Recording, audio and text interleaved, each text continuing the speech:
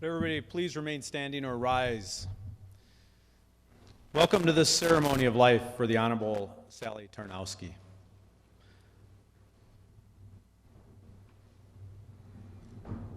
The Honorable Chief Justice of the Minnesota Supreme Court, Justice Lori Gilday, and Honorable Justices and Judges of the United States 8th District and State of Minnesota Judicial Branch attending.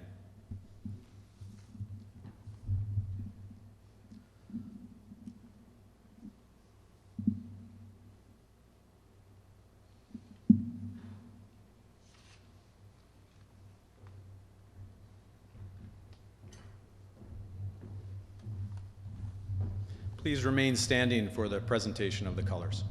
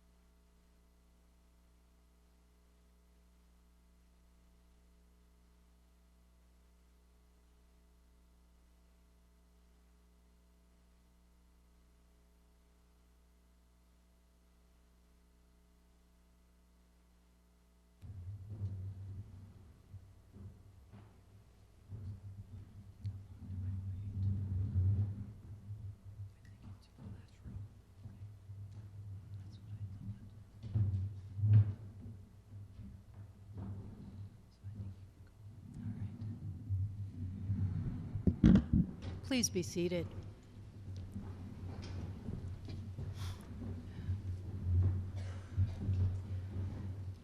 Good morning. Bonjour. My name is Leslie Byers, and I am the Chief Judge of the 6th Judicial District. Welcome and thank you all for joining us here today as we celebrate the life of the Honorable Sally Tarnowski. The presence of so many of you here today is a true testament to her life and legacy. Thank you to Mayor Emily Larson and the DECC for making this space available for us today to gather, to mourn, to celebrate, and to remember our friend and beloved colleague. Thank you also to law enforcement, the Honor Guard, the State Court Administrator's Office, Marietta Johnson, and all the people in the 6th Judicial District who made today's memorial possible. A special welcome to Sally's family, her children, Katie, and her soon-to-be husband, Brandon, Ben, her son, and Annabelle, her brother, Dave, and his wife, Jane, her life partner, Wayne, her mom, Joan, and her brother, Dave, and his wife, Jane. One of Judge Tarnowski's proudest achievements in her time as a judge was her ICWA court that served Native American children and their families. First, Miigwech, to the wonderful drummers and singers who welcomed us here today. I know that Sally would have loved the drumming and been honored by your presence. We've invited Frank Goodwin to give a Native American blessing to start our program. Mr. Goodwin.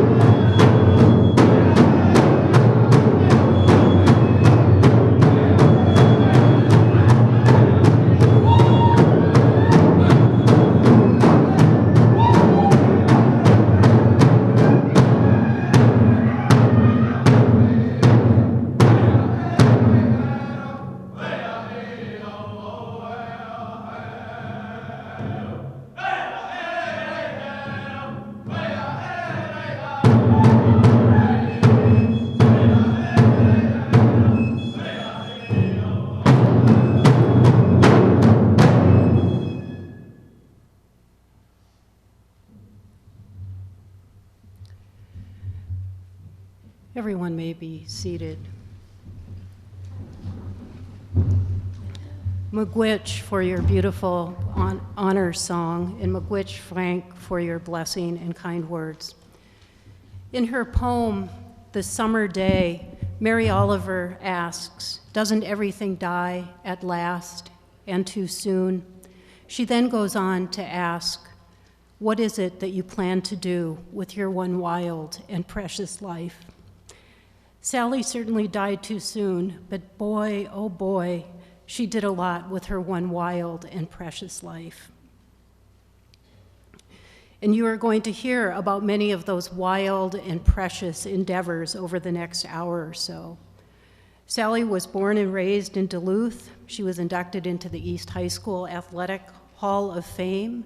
She attended UMD. She went to William Mitchell for law school. And then she returned to Duluth, where she raised her family and spent her entire professional career. You're going to hear from one of her oldest friends, Nina, who knew her way back when. There might be a little bit of the wild and precious there. You'll also hear from her longtime law partner and mentor, Joe Roby. You'll hear from our Chief Justice, Lori Gilday, Judges Krista Martin and Rachel Sullivan. You'll also hear about her remarkable collaborations on her mental health court and her ICWA court. Sally was an extraordinary person. She was a wonderful judge, a fantastic friend. She was whip smart, innovative, warm, compassionate, hardworking, and fun. She was the first woman to serve as chief judge in our district. She was a natural mentor to new judges. She had a way of making you believe in yourself. For a Minnesotan of Scandinavian descent, she was uncharacteristically direct. But she always did it in such a nice way.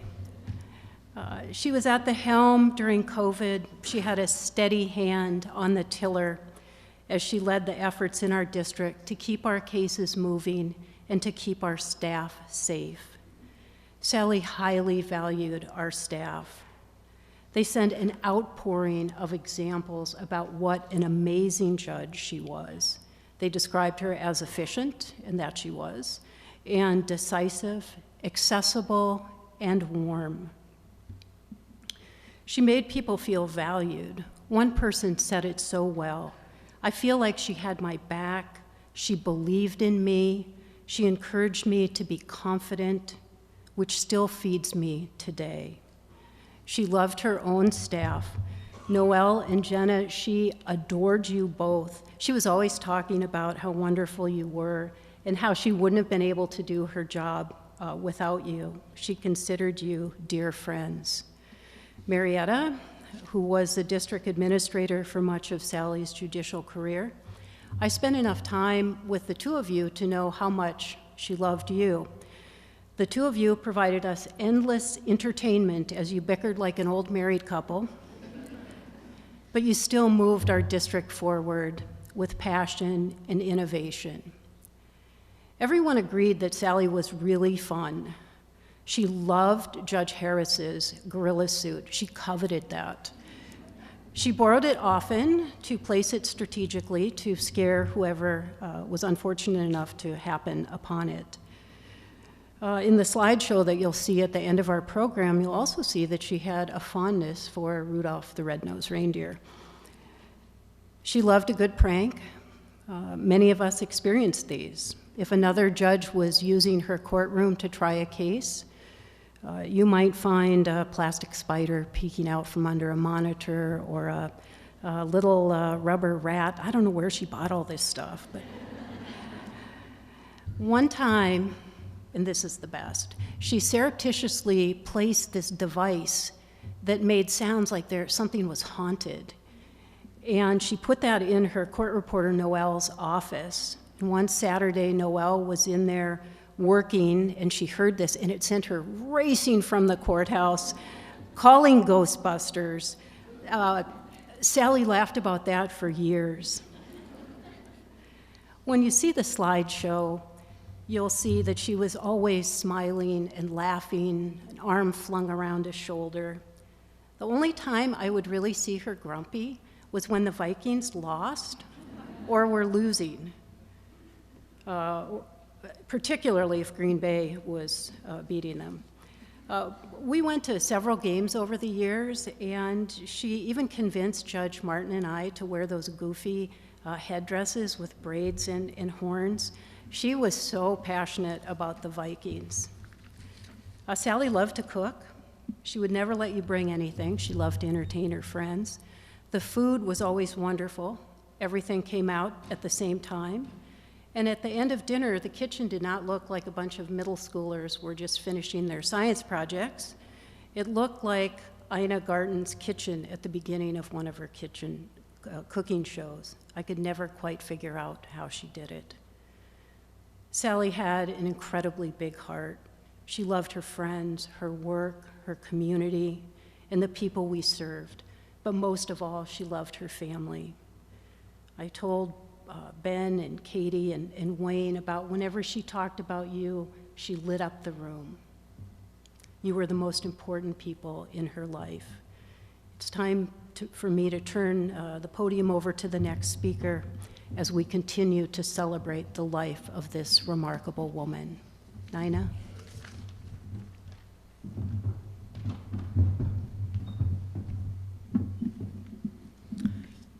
Friends are the family you choose for yourself. Sal sent me a card expressing that sentiment. I was blessed to be her friend. I am Nina Nowitzki, and I have been a friend of Sal's since high school. We played on the softball team together, and our team even made it to the state tournament when we were juniors, which was the first year that it had changed to fast pitch. Sally also played volleyball, basketball, and everything intramural. As a matter of fact, she was inducted into the Duluth East High School Hall of Fame in 2016, not for her prowess on the sport court, but rather for her accomplishments in the courtroom. Sal and I became even closer after college when she organized a group of East 78 grads to reconnect at the Pickwick. Sal coined us the Pickwick Chicks, or Chicks for short.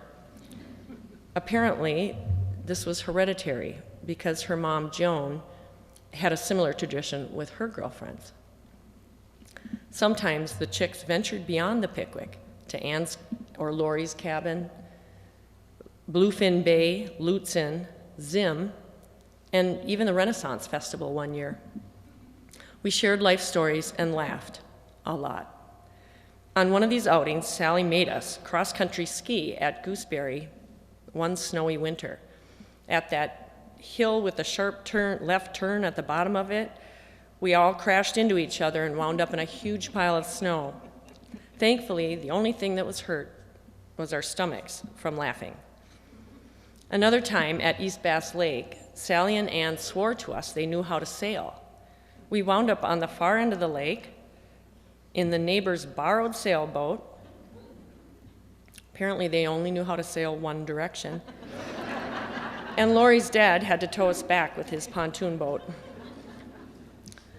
Our chick group dwindled over the years, and we continued to share trips to cabins and Florida, sharing our stories of our lives and always laughing a lot. Joan, quite often, those stories were about you. Sorry. But we loved those stories, and it just showed how much Sally loved you. Katie and Ben, you have always been Sally's pride and joy. She beamed whenever she talked about you. I remember her telling us that Ben and Annabelle's wedding was the best day of her life because she had all the people that she loved most together in one place. Katie and Brandon, I know she will be with us as well on your wedding day in June. Today, as we celebrate Sally, I want to share with you some other friendship memories of our gal Sal, the creative, smart, fun, energetic friend who became like family to us. Lifelong friend Ann Larson Fisk shared these memories. We used to lie in her bedroom and eat the green apples from her apple tree and read books. We loved all things caramel, especially caramel malts. We were in the paper and on the news for our spying business. We made up skits and were at our happiest with any kind of microphone, usually a spatula. We went on hundreds of walks and bike rides. We drove around with the driver ducked down and the passenger steering the wheel. She was bossy. She was the first person that I told when I was pregnant. She hung the wallpaper in my kitchen and was going to hang the wallpaper in my new kitchen when she got back from Florida. We knew every word to every song of the Carole King Tapestry album, and we sang it loudly with our spatulas. We snuck into friends' houses, ate cereal, left the bowls on the counter, and left quickly, laughing hysterically. One time, we snuck into our teacher's house while our friend Karen Strummy was babysitting. Karen was scared and came up the stairs with a knife in her hand, only to find us scampering about. Once again, we laughed till we cried. It's incredible that we never got caught, and lucky for Sally, because a burglary charge may have put a damper on her career as a judge. Another Woodland neighborhood friend, Kathy Stepanek Dahl, shared how Sally loved and thus had all 39 of the Trixie Belden girl detective books. The two of them reenacted the plots frequently. They also played Tom Sawyer and Huck Finn, building forts and rafts in Hartley Field. They sometimes coerced Kathy's little sister into playing Becky Thatcher, whereupon they would send Becky off into the water on their makeshift raft, which didn't always fare so well for Kathy's little sister. Thank you, Anne and Kathy, for those childhood adventures with Sally at their best. I love that Anne mentioned Sally's singing. Sally loved to sing, and her rendition of White Christmas was epic. She was also very good at harmonizing to our group favorite, the beer song. At this point, I believe my allotted 5 minutes are up, but how do I fit 50 years of friendships into 5 minutes? I think Sally will give me a continuance for dismissal on this one.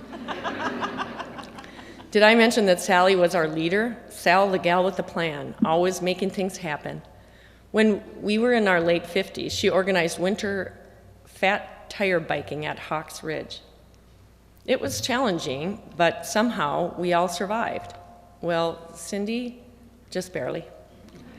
A couple summers ago, Mary and I drove up to Sally and Wayne's Lake Place for our annual July weekend gathering. Sans Cindy, she had a family reunion to go to. After catching up on Friday night over dinner, we woke up early Saturday and took Sal's dog Finnegan for the 5-mile morning walk. After breakfast, we fished and swam. Then we rode our bikes 11 miles into the pickleball courts where we played pickleball for an hour and a half. We did get to go to lunch. We rode our bikes the 11 miles home, pontooned and swam again, and then we went and played a round of golf. Mary says, "Sal, this is not vacation, this is boot camp."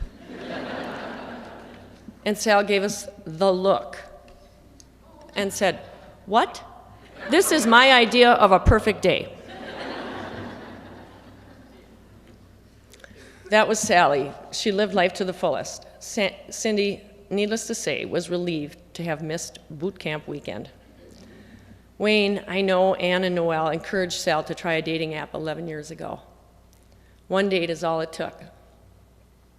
You both loved golfing, boating, and fishing, and you both had Gordon setters. She glowingly told us you were just as energetic as she was, fitting your own version of the boot camp routine into daily life at the lake. She took up hunting for you, and she loved it. You took up biking for her after she bought you an e-bike. The one with the bell that you liked to ring when you leisurely passed her going up the steep Duluth hills. I can still hear her now laughing and telling us about that. You made her so happy. In closing, I want to share Ann Fisk's dream the night Sally died. We were walking down a hallway. We weren't together. She was a little in front of me. I caught up to her and we hugged. I said, "Sal, come back." She said, "No, I like it here." I don't know if it means anything, but I'm going to take it. And I will take it too, Ann. Sally, we love you and we miss you until we meet again.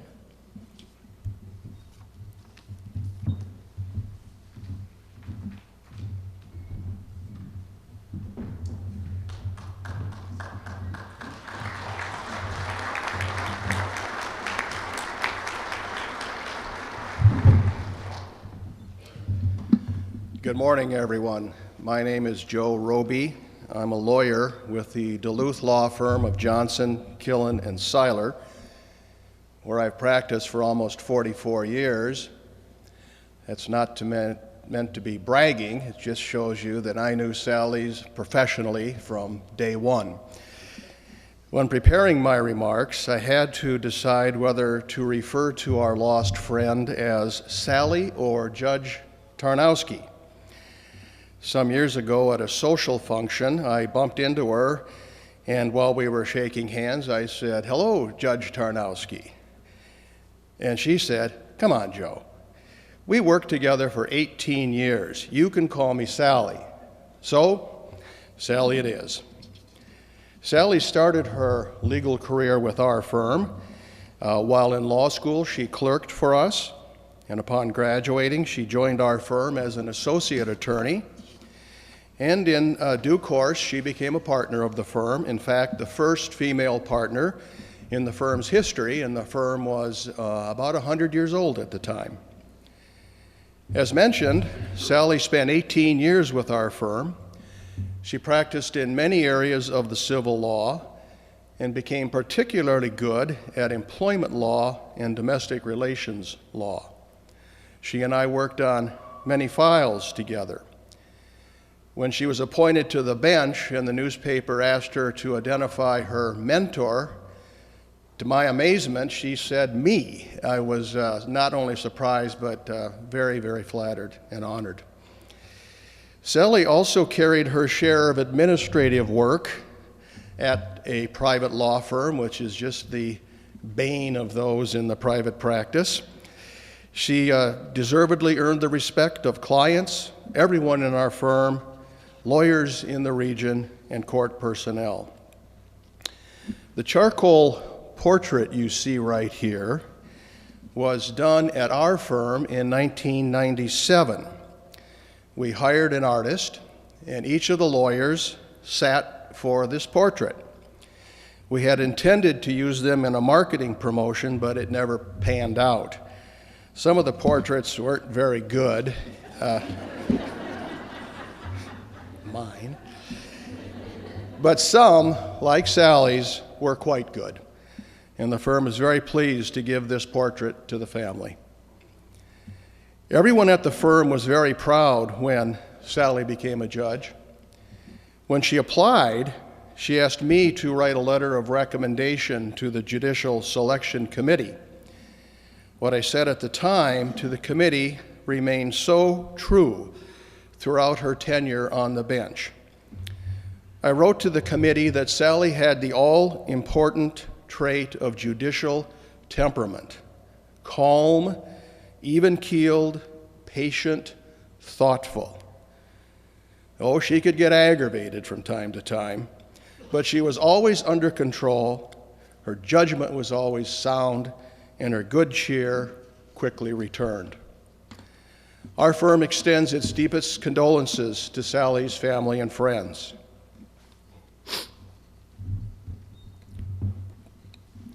Sally was a credit to herself, to her family, and the bench and bar. She was a good lawyer, a good law partner, a good judge, and a good friend. Thank you.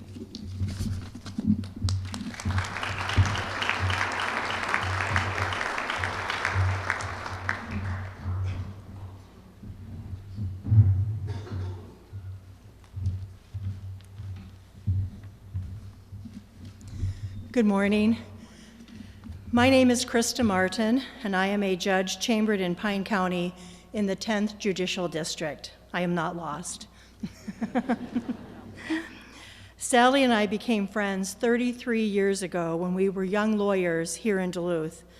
I met her at a meeting of the Young Lawyers Association, which, if I recall, was a monthly meeting where we got together, drank beer at Grandma's restaurant. Sally has a lot of friends. Many of them are here today, and I'm sure that her friends would agree with me when I say that Sally was always the coolest girl in the room. She was confident, warm, laughed easily, witty, kind, and just downright fun.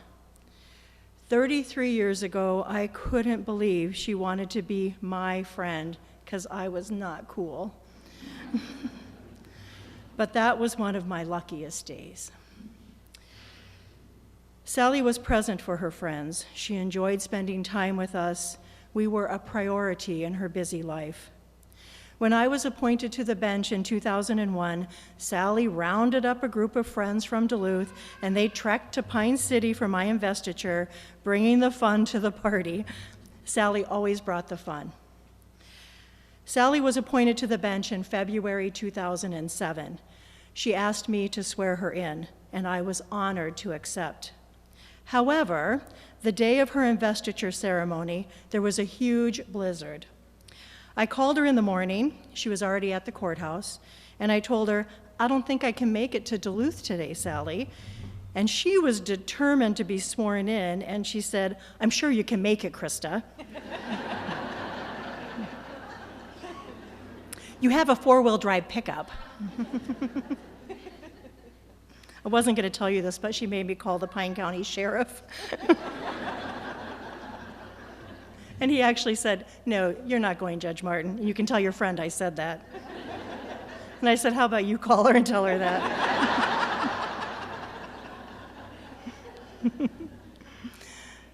Despite her optimism, the snowstorm did win out that day, and her investiture had to be rescheduled. But Sally would not be deterred. She wanted to get to the business of judging. She was born to do it. She had work to do. So she went looking for a judge in the building and found Judge Sweetland, who had also managed to arrive in the storm. Sally had Judge Sweetland administer the oath in her chambers so that Sally could start work that day. We did have a lovely investiture a few weeks later, and I had the honor of ceremonially swearing in my friend. I gave Sally a gift at her swearing in. I made her a wall hanging. Yeah, I made it with my own hands, because I'm from Minnesota and I scrapbook. It was for her chambers, and it said, "To be a good judge, you must have the 3 gifts from the Wizard of Oz. You need a brain." And Sally was one of the smartest people I ever met. She was a go-to person for many of her colleagues when we needed to discuss a challenging case or a perplexing problem. A good judge needs courage, and Sally had courage. She made hard decisions, even when they are not popular. She courageously stood up for children and families when she challenged the usual way of doing family law by being a statewide champion for early neutral evaluation programs. And to be a good judge, you need a heart. Sally had a gigantic heart, particularly when it came to children and her treatment court participants. Finally, although not necessary to be a good judge, Sally believed that, like Dorothy, it helped to wear a fabulous pair of shoes. I was privileged to serve with Sally for 4 years on the Minnesota Judicial Council. The council meets monthly in St. Paul, and during our 4 years serving on that body, we would go to St. Paul the night before. We would meet up for dinner, usually with Marietta, sometimes with Leslie when she joined us, and often with other colleagues. We would tell war stories, talk about our kids, always talked about our kids. I should not have gone down that path, sorry. And discuss the upcoming meeting agenda that included the most critical issues facing the judiciary. Surprisingly, Sally and I did not always agree on how to solve those challenges. I am from the 10th District. You guys know what I mean, right? Okay. And we often had very spirited debates. I look back on those 4 years as a true blessing in my life. Sally Tarnowski was a true blessing in my life. As a member of the Minnesota Judicial Council, Judge Tarnowski served under the chair of the council, the Chief Justice of the Minnesota Supreme Court. We are honored to have Chief Justice Lori Gilday here with us today. Chief Justice.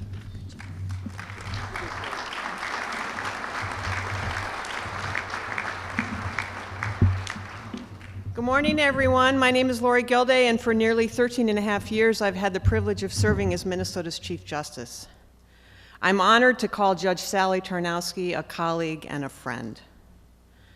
On behalf of the judges and staff of the Minnesota Judicial Branch, thank you all for being here to honor and celebrate the life of Judge Sally Tarnowski. I extend our heartfelt condolences to Sally's family, friends, and loved ones. I know this is a difficult time.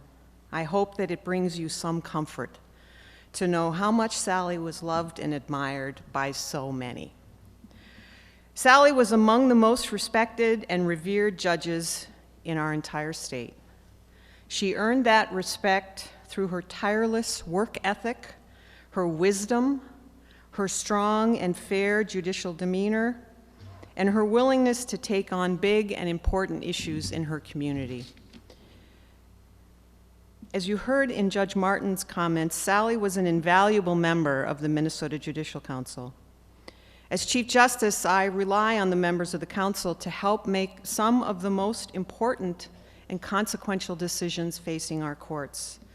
Decisions that impact how much funding we have for our courts, that set our strategic priorities and goals, and that impact how our courts function and serve the people of Minnesota. Serving on the council was a great fit for Sally. She was a natural leader, someone who wasn't afraid of making tough decisions, and she was always willing to work hard at work worth doing. During her time on the council, Sally took on several important statewide leadership roles that helped expand access to justice, address disparities, and improve outcomes in our courts. She was a champion of early neutral evaluation. That helps reach faster resolution for cases involving child custody, parenting time, and important matters. With her deep experience in family law matters, we asked Sally to co-chair our statewide effort to expand the use of early neutral evaluation. There is no question that because of Sally's efforts, countless Minnesota families, their lives became better. Her leadership in this area greatly improved the experience of children and families who came into our court system. Judge Tarnowski also co-chaired the state's Tribal Court State Court Forum, which brings together state and tribal court judges to collaborate on issues of mutual concern. Sally was a passionate advocate for strengthening the relationships between our courts and our tribal communities in Minnesota. And I know you'll hear more about her efforts to pioneer an Indian child welfare court here in Duluth on the program later. As a member of the Judicial Council's Human Resources, Education, and Organization Development Committee, Sally helped develop resources to support the professional development and well-being of her fellow judges. As a leader among her peers, Sally was as much an advocate for other judges as she had been for her clients when she was in private practice. One of Sally's greatest gifts as a leader was the calm, steady presence she brought to even the most difficult situations. Like Eleanor Roosevelt, Sally believed it is better to light a candle than to curse the darkness. When the COVID-19 pandemic struck Minnesota, I was so grateful to have Sally serving on the Judicial Council, and I came to value her perspective and insights on how to navigate that unprecedented challenge. Her forward-thinking leadership helped guide our transition to online court hearings and allowed our courts to maintain an open door to justice throughout the pandemic. It was clear that Sally believed in the restorative, redemptive power of the courts. Both in Duluth and across Minnesota, she championed innovative approaches like mental health courts and other rehabilitative approaches to justice. She recognized that the people who came into our courts are not just case file numbers, but individuals, often facing some of the toughest moments of their lives.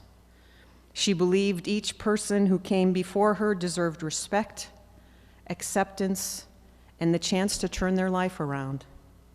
As someone who worked closely with Sally said, she was a protector of children, of the abused, the sick, the impoverished, the traumatized, the underdog. She was loyal, she was fierce. She saw people for who they really were, met them where they were, and offered hope and encouragement where it could not otherwise be found. In so many ways, Sally spent her career building bridges, breaking down barriers, and mending wounded lives. As we say goodbye to Judge Tarnowski, we recognize the enormous loss that her passing represents for our judiciary, our justice system, and our state. But we also celebrate her life and her contributions, and we commit ourselves to carrying forward her legacy of leadership, compassion, fairness, and justice for all. On behalf of the Minnesota Judicial Branch, I again offer my deepest condolences to Judge Tarnowski's family, friends, and loved ones. We share your sorrow and join you in remembering and honoring the life and legacy of this remarkable woman. Minnesota is better because of Judge Sally Tarnowski. May Sally's memory be a blessing to us all. Thank you.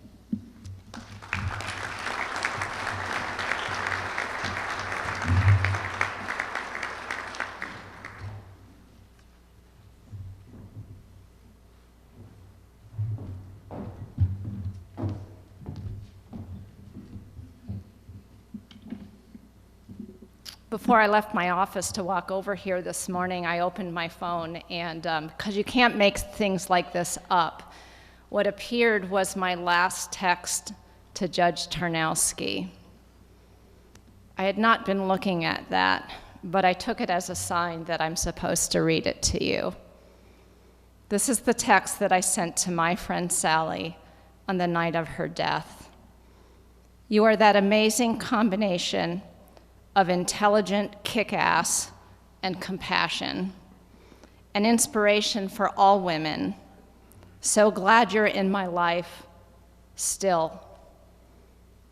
Death ends a life, not a relationship. I'm Carolyn Phelps, and for 11 years I served as the psychological consultant on Judge Tarnowski's mental health court team. I have a hard time calling her Sally.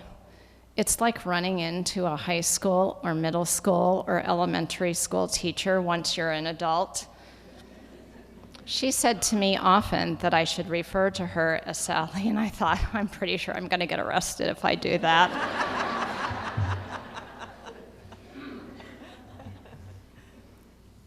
So she first hired me.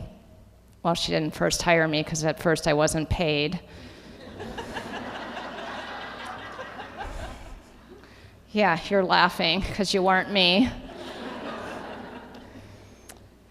To be the psychological consultant, but then at one point, because somehow it seemed relevant, she found out that I had done a stint as Woodsy the Owl, and that became her favorite part of my resume.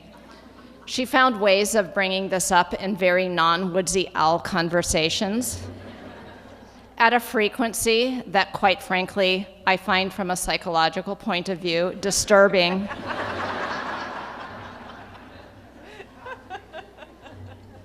I have spent the last 3 weeks since hearing I was going to be speaking, thinking about that fact and what drove her to that. And I'm convinced she secretly coveted the owl footwear that goes with that gig. It was good. After this and not now, You should Google it. Judge Tarnowski was intelligent and talented, classically trained yet innovative, strategic and savvy, fiercely compassionate, a woman who did not suffer fools gladly, and, as many have known, and like myself, she loved a good shoe. She was, in my expert professional opinion, and I believe if you do a side-by-side comparison, you would agree, she was the Lady Gaga of the judicial world.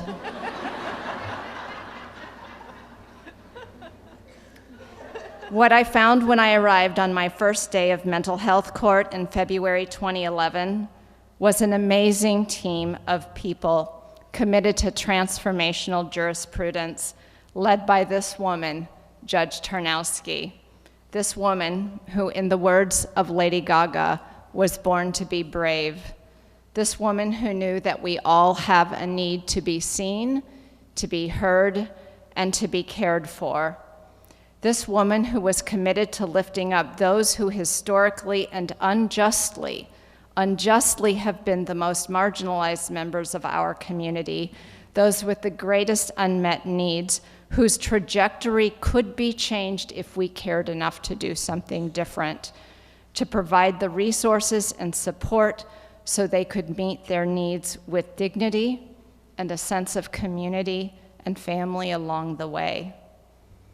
Now, it didn't really make any difference if you were a member of her mental health court team or a participant in her mental health court, and I suspect it was equally true for anyone who had the good fortune to spend some time in her universe.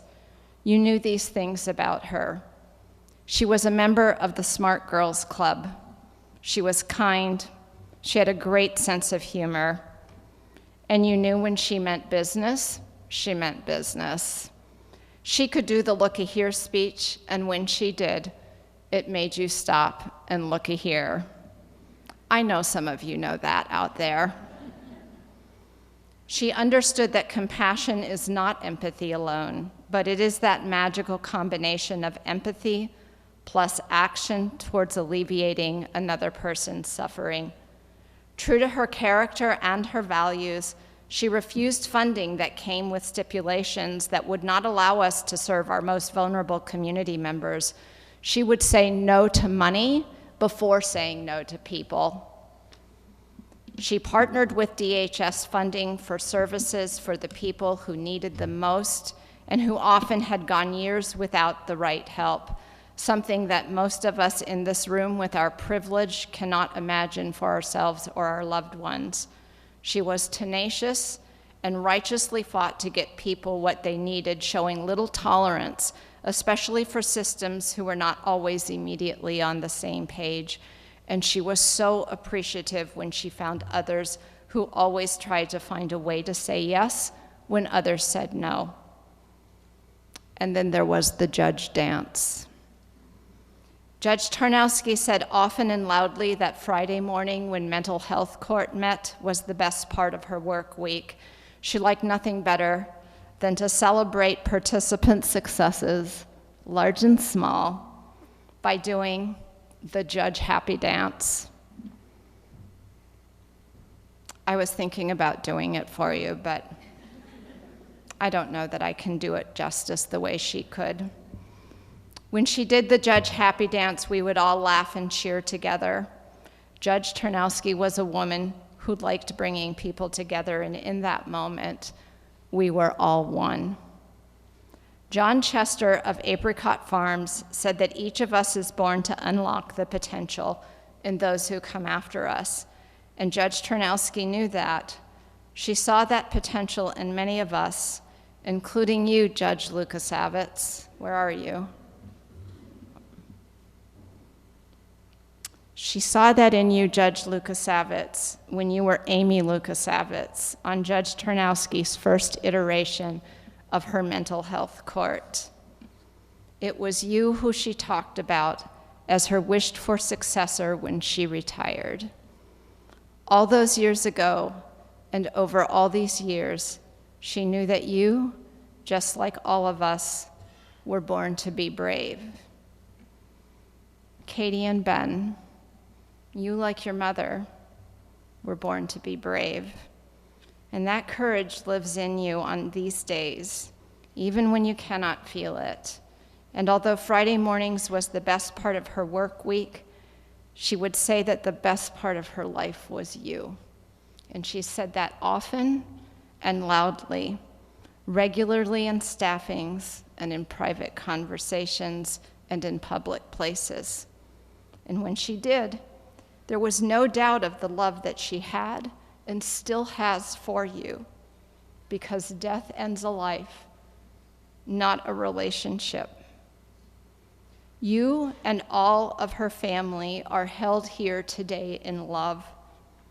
You have a community of your own who loves you deeply and will hold you up as you find your way and learning to bear the unbearable, until that day when, to paraphrase the poet John O'Donohue, you can avert your gaze from the space where her physical presence should be to your heart, where she has been and is waiting for you all this time.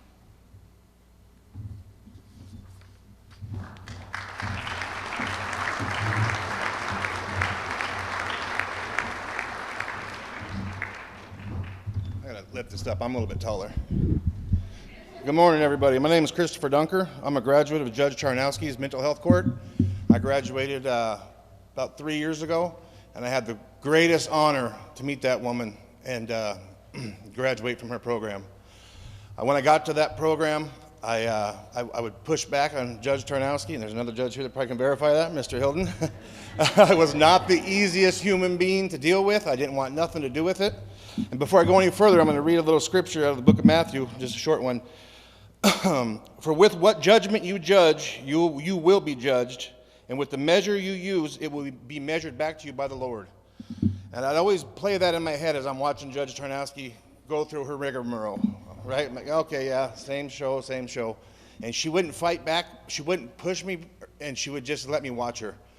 And this woman was so incredible, unbelievable the way she would do it. After about 6 months, she had my full attention. I'm all in. Okay, Judge, I didn't tell her that, but I'm all in. You got my attention. And my life was a wreck. I was a disaster. And she knew it. I knew it, but I didn't want to admit to it. And after about a year in the program with her, with all these great people from the mental health court, things started to change, and I started to open up to her. And the heart of that woman, I know she loves the Vikings, is as big as the Minnesota Vikings Stadium. It was incredible, the amount of love that she showed to me and my family. And not just me, everyone in that program. So to the family, I don't know you. And every moment with family is precious, and every moment apart is a lost moment you never get back. But I tell you what, your mother, your wife, your daughter, she used those moments to touch people that you probably never meet in your life, but God had her do it for a reason. And we are so grateful that she did. So for that, thank you very much. Through that program, I completely opened my mind and opened my heart and listened to her. I know as a participant in those programs, you can't be friends. You're a person in the court. But she was my friend at the end. I seen her right before she left at the Chico's department store with my wife and got to talk to her. And she was just a great person. And like Carolyn had said, a lot of people in this room, the status and where you're at, you'll never know some of the people that you'll never meet or talk to, just what that woman did. She was incredible. And she changed my life, and she altered my course for the better. And for that, I thank you so much. God bless you.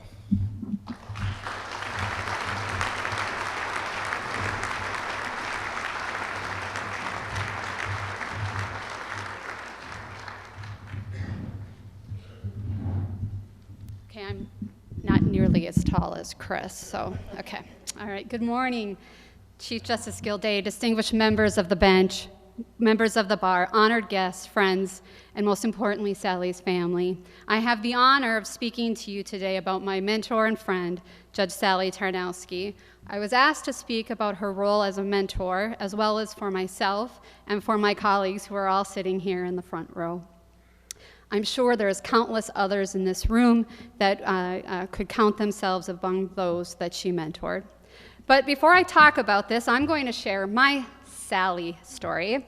Joe Roby, Dr. Phelps, you'll both really relate to this. Okay, so when I was appointed in 2018, Sally was chief judge at the time, and she assigned herself as my mentor.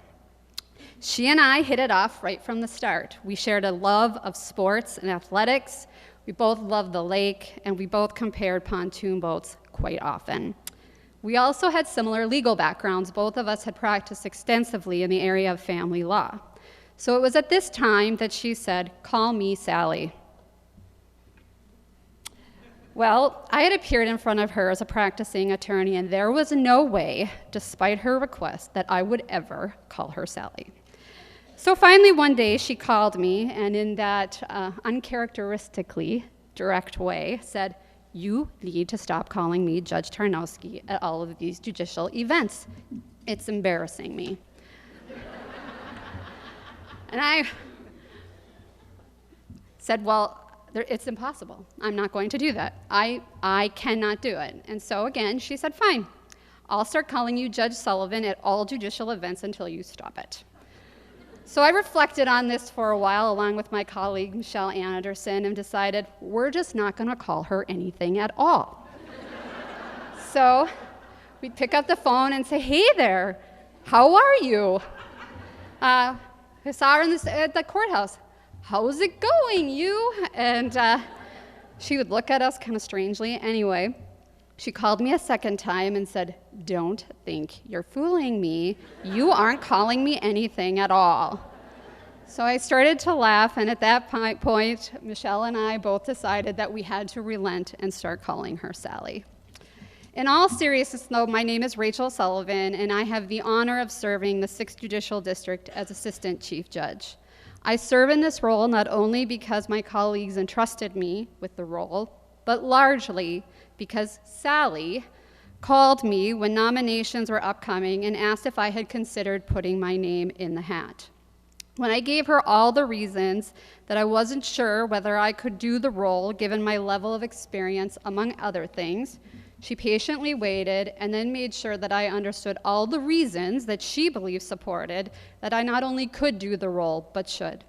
I suspect that this is much like the conversation she had with Rebecca Stummy when Sally made clear to Rebecca that she would be a good judge and should apply for an upcoming vacancy.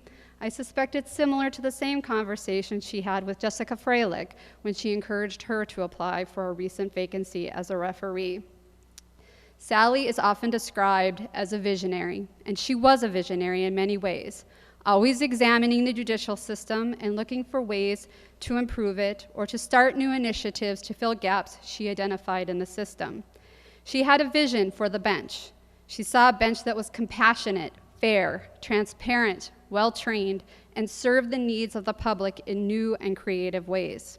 And she wanted to recruit those that she felt would contribute to that vision with leadership, flexibility, and creativity. Knowing, or perhaps begrudgingly accepting, that she couldn't do it alone, Sally set out to identify strengths and talents in potential judges and new judges, to actively cultivate those strengths and talents, to encourage qualified candidates to apply for judicial roles, and once appointed, to encourage and guide new judges to take on bold leadership roles and creative initiatives as part of their work. Her work as a mentor, however, didn't end there. Once new judges took on these roles, she was present with committed and unwavering support. She gave encouragement, constructive criticism, and always made herself available. She did this when she encouraged me to serve as assistant chief, when she encouraged Rebecca Stummy to become a judge, when she encouraged Michelle Anderson to formalize a mental health court in northern St. Louis County, when she supported the development of a domestic violence calendar, and I could go on and on. It wasn't just her ability, however, to identify strengths and to encourage new judges that made her such a good mentor. Sally truly cared about those she mentored and their professional and personal success. She regularly checked in on those of us she mentored. She often brought treats like her signature granola recipe. She answered and returned every call, every email that we had.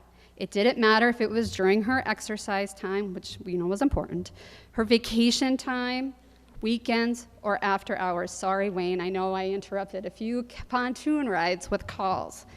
Sally made herself available, and all of those that had the benefit of her mentorship knew that when we reached out, she would take the time to work with us so that we could resolve our issue, often spending countless amounts of time talking about options and discussing alternative resolutions. She made me, and I suspect many of my colleagues, a better judge. It's hard to put into words the impact of this kind of mentorship in my life and professional career, and it's even harder to put into words the impact of its sudden loss. It should not, however, be lost that Sally also approached her job, as many people have mentioned, as mentor with fun too. People accurately describe her as firm and even serious at times. But perhaps her best quality was that she had a great sense of humor and loved to do fun things at the courthouse. Looking at you, Judge Byers. As noted, Sally loved the Vikings. And one year, when they were in the playoffs, I know, shocker, I called her and asked her if it was inappropriate for a judge to wear a Vikings jersey to work in support of the Vikings. Her response was instantaneous. Absolutely not, I'll wear one too. Who are you gonna wear? She chose Adam Thielen, by the way. I don't know how she felt about the trade, but I think she would be really upset about it. But that's another story. All right.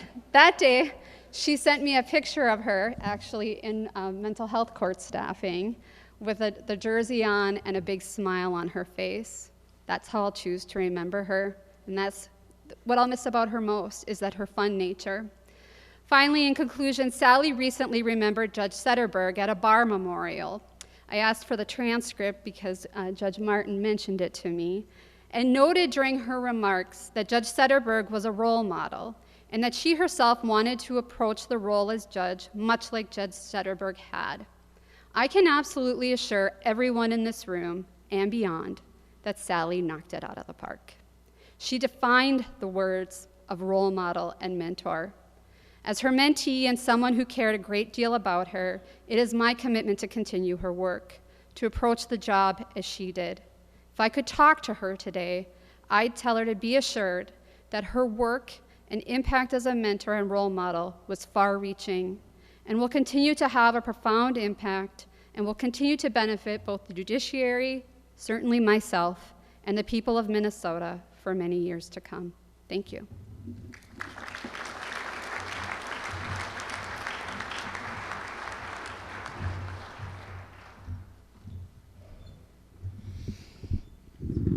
I'm tall. All right, hello everybody. My name is Bree Bussey, and I currently work at the Center for Regional and Tribal Child Welfare Studies at UMD. And I've been invited to speak a little bit about Judge Tarnowski's work in developing the ICWA court in Duluth. And I worked with her, and we worked together through that whole project. And so what I'm going to do is just tell you a little tiny story, a little quick. You know, like other people have said, there's no way to capture her in 5 minutes or 10 minutes. There's no way to capture the years that we worked together. But I'll share a few things with you, hey, from my perspective.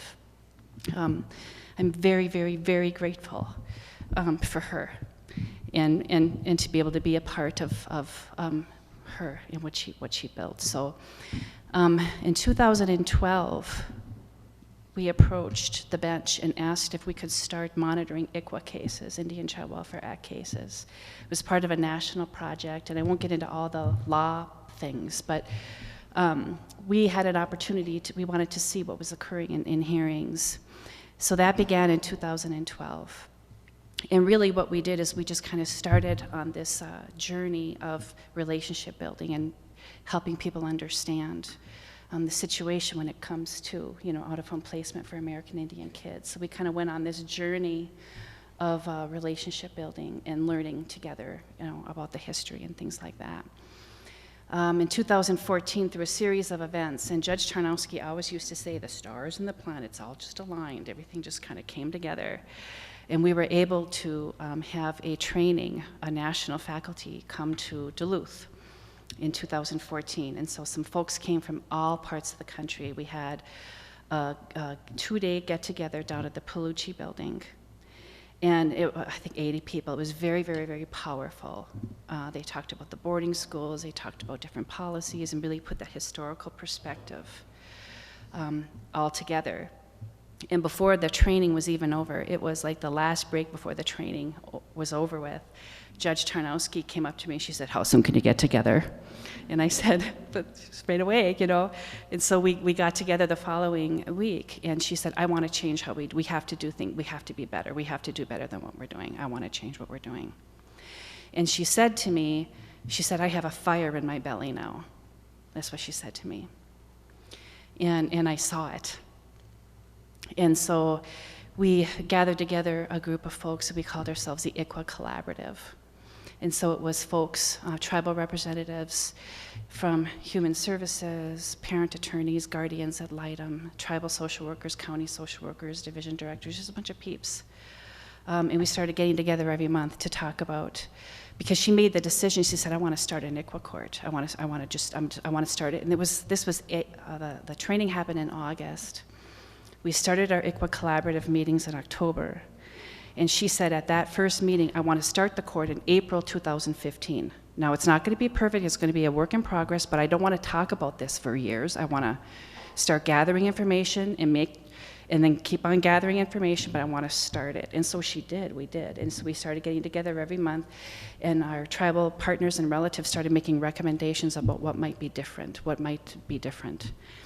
And so she followed the recommendations. And so that's kind of how the ICWA court was born and formed, and that's why it goes how it went, how it goes, where, she came down off of the, whatever that's called, the thing that judges sit up on, hey? Yeah.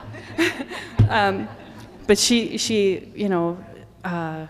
put a series of tables together in her courtroom. She changed the location of where the hearings were happening, hey? Because the room that they had been happening in, there wasn't any room for tribal representatives to sit at the table. So she moved everything into her chambers, and she put 4 square tables together and brought everybody together sitting around a square circle to start talking, then changed how the whole hearing process went and what happened, And way back in the day, after the very first hearing when this happened, someone who's no longer with us, Anne Lorette, some of you may know and remember Anne Lorette, who was a part of that early work too, with her heart like this, boosh, like that. She had a parent come up to her and who said, "That is the first time I've ever been in a hearing where people talked with me and not about me." Okay? And so there's a million moments like that, that I could share here. We continued to meet, since that time. We applied for a federal grant and got one in 2016. And the work that she did in terms of building what she did here in Duluth became a national model, okay?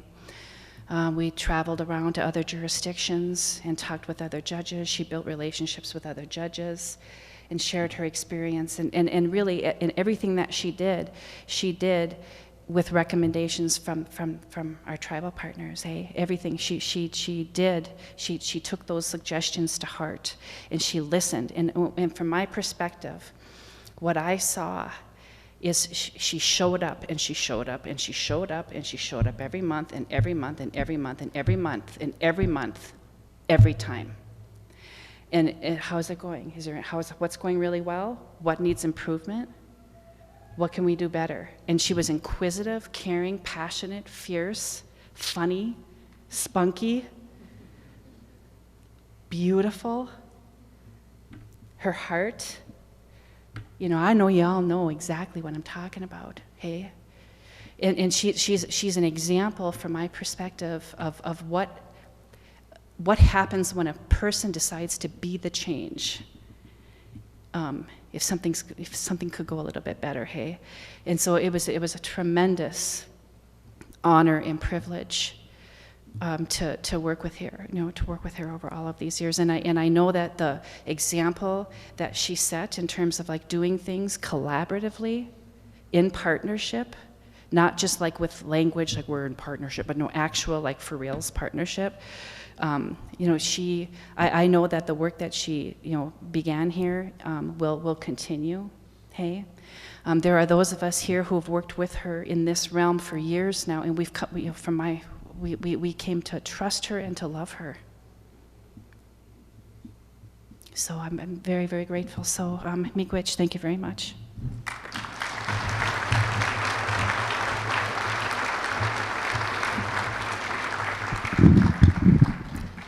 I'd like to thank all the speakers for sharing your memories of Sally. Our lives are better from having known her. Our community is better from having had her with us. She leaves a hole in our hearts. She leaves a hole in our bench. But we should all live into her example of compassion, commitment, service, and love. That concludes this part of our program. We're going to end with a video. Thank you.